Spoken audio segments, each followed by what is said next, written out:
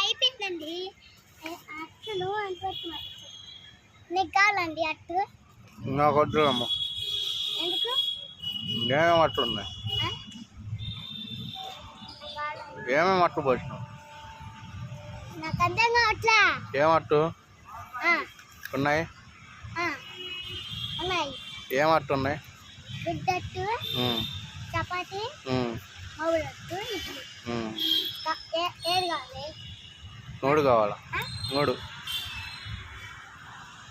మళ్ళీ పునుగులు ఉన్నాయి, గారెలు ఉన్నాయి, మళ్ళీ లోపల స్వీట్ ఉంటుంది అవి ఉన్నాయి.